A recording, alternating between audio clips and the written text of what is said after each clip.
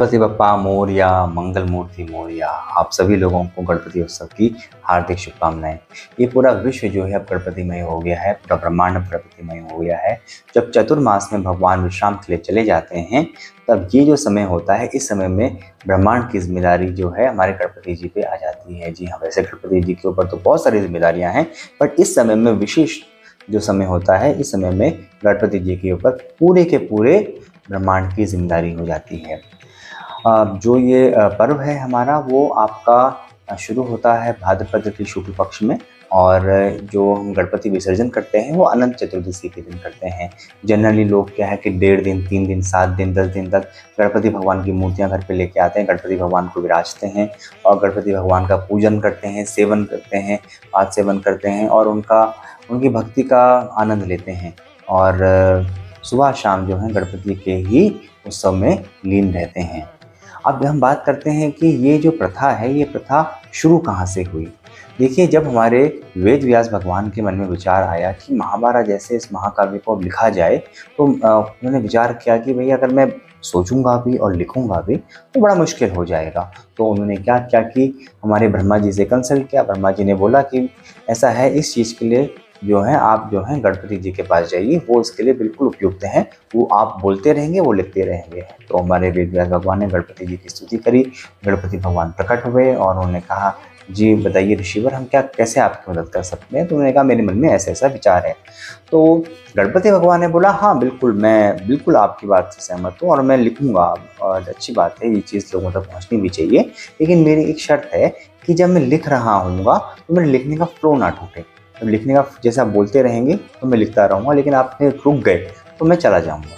तो उन्होंने कहा, ठीक है, कोई दिक्कत नहीं है प्रभु, मेरे को आपकी शर्त स्वीकार है। लेकिन प्रभु, मेरी भी एक आपसे एक विनती है कि आप तभी लिखें जब आपको उस श्लोक का मतलब समझ में आए। तो उन्होंने कहा कि बिल्कुल, हाँ कोई दिक्कत नहीं है। तो इस तरीके से क्या हुआ कि वेद व्यास भगवान बोलते रहते हैं आंख बंद करके मस्ती में, और जो गणपति भगवान हैं वो विचार करते, समझते उसको और उसको लिखते रहते।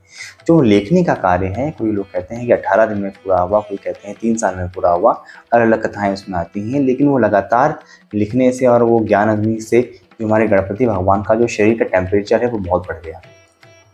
तो जब ये लेखन का कार्य पूरा हुआ तो वेद व्यास भगवान ने उनको नदी में जो है स्नान कराया, उनको ठंडा किया। तो अब हम बात करते हैं, ये प्रथा जो है ये कहानी के तौर पे तो हमने सुनी है, लेकिन ये शुरुआत कहाँ से हुई। देखिए, लगभग 271वीं बीसी में भी इसके ट्रेसेस पाए जाते हैं। बहुत सारी डायनेस्टीज इसको सेलिब्रेट करती थी 1192 बीसी तक। जो कुछ ऐसे डायनेस्टीज़ हैं जो जिस पे हम लोग अगर कार्बन डेटिंग करते हैं तो इस तरीके से उनकी कुछ इन्फॉर्मेशन निकल के आती है। लेकिन इस चीज़ को, इस उत्सव को जो एक नया मुकाम मिला, जो लोगों के घर घर तक पहुंचा, वो पहुंचा 16वीं शताब्दी में, जब हमारे छत्रपति शिवाजी जी ने इस चीज़ का बहुत ज़्यादा प्रचार किया और सबके घरों में जो है गणेश उत्सव को मनाया गया। पेशवाओं के कुल देवता भी हमारे गणपति ही माने जाते हैं। लेकिन अगर हम बात करते हैं गणेश उत्सव को घर घर तक पहुंचाकर एक बहुत बड़े लेवल में करने की, सेलिब्रेशन के रूप में करने की, वो हुआ आपका 1892 और 1893 के समय में।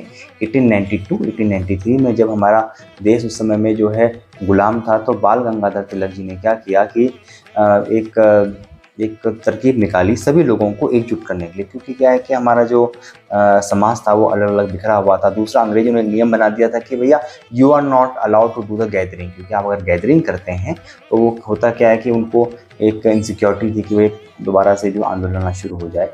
तो उन्होंने वो पब्लिक गैदरिंग के लिए मना किया हुआ था। तो ये तो एक धार्मिक कार्य था, तो उसमें कुछ कह नहीं पाए। तो 10 दिन तक ये बनाया गया, सभी लोग उसमें मिले, सभी लोगों के बीच में एकता बढ़ी। बहुत सारे स्वतंत्रता सेनानी उस समय आते थे, मिलते थे, गैदरिंग होती थी और आगे की रणनीति इसमें बनती थी। और आप जानते ही हैं कि 1947 में 1947 में हमारा देश जब आज़ाद हुआ, तब हमारे जो गणपति उत्सव है उसकी भी एक बड़ी अहम भूमिका इस बात पे रही।